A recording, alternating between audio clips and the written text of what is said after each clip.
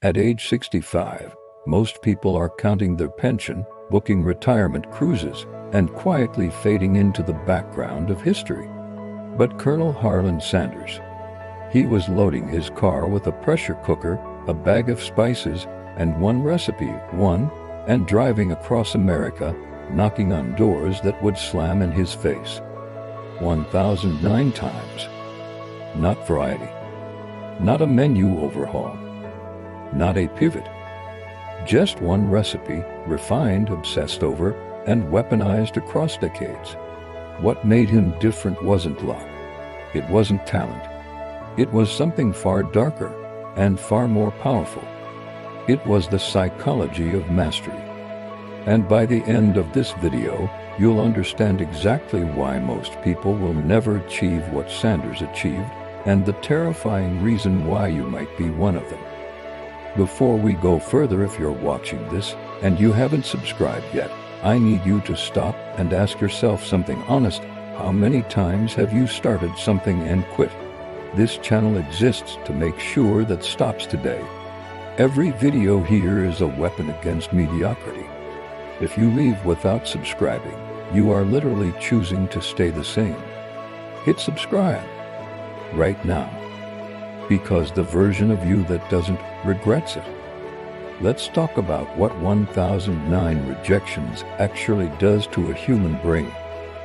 Modern neuroscience tells us that social rejection activates the same neural pathways as physical pain. The anterior cingulate cortex fires identically when someone tells you no. Now multiply that by 1,000. Most people fold at rejection number 5. By rejection number 20, they rewrite the dream entirely. They call it pivoting. They call it being realistic. What they're really doing is surrendering. But Colonel Sanders was wired differently, or rather, he rewired himself through a psychological mechanism scientists now call iterative calibration. Here's how it worked. Every no he received wasn't a dead end. It was data. When a restaurant owner rejected his recipe, Sanders didn't just walk away crushed. He asked what specifically didn't land. Was it the texture, the cook time, the seasoning balance? He was pressure cooking chicken at a time when most restaurants pan-fried it. The technique itself was radical. Rejection, in his mind, wasn't about him, it was about the gap between where his recipe was and where it needed to be. This is what psychologists call a growth attribution style, the ability to externalize failure onto solvable variables rather than internalize it as identity. Most people internalize. Sanders systematized. Each rejection sharpened the blade. I'm going to pause here because I know some of you are watching this passively, maybe while eating, maybe half distracted. And that's exactly the habit that keeps people average. Sanders didn't half commit. He went all in on one thing for decades. If this video is making you feel something, subscribe. Because next week's video might be the one that changes your life. And if you're not subscribed, the algorithm won't show it to you. Don't let the algorithm decide your growth. You decide. Here's the question nobody asks about Sanders. How did he stay motivated? He was broke. He was old by society's standards. He was sleeping in his car. His previous businesses had failed or been demolished by every external metric. This man had nothing, and yet he kept going. The answer lies in dopamine feedback loops.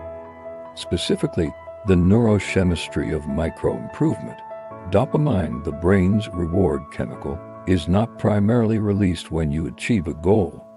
Research shows that dopamine fires most powerfully in anticipation of reward, and crucially, when you receive a reward slightly better than expected.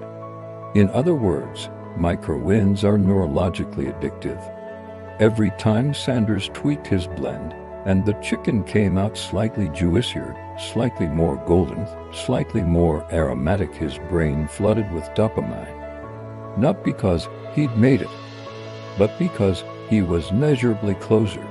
He didn't need $1 million to feel progress. He needed a slightly better crust. This is the secret weapon of obsessives.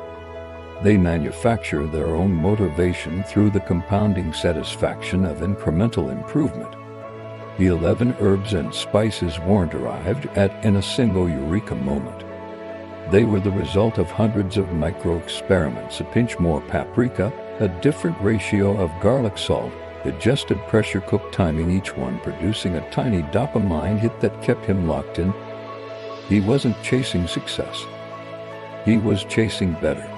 And that distinction, that subtle psychological distinction, is the entire difference between people who master things and people who merely attempt them. Now, if for some reason you're still on the fence about subscribing, I genuinely want to understand why. Go to the comments right now and tell me what's holding you back. Is it that you don't think this content is worth your time? Is it that you've subscribed to channels before and been disappointed?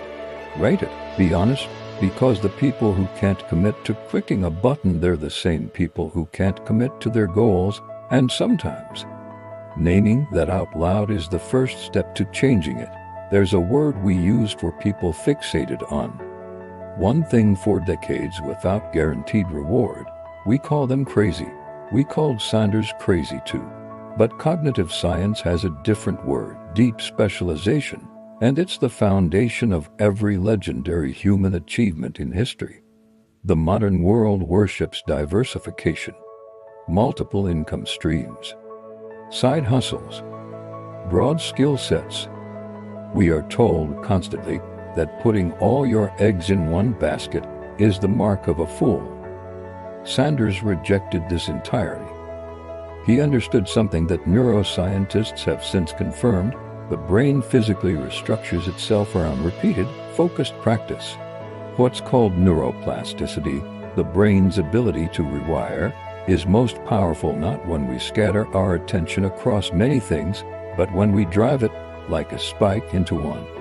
His obsession with a single flavor profile wasn't a limitation, it was a forge.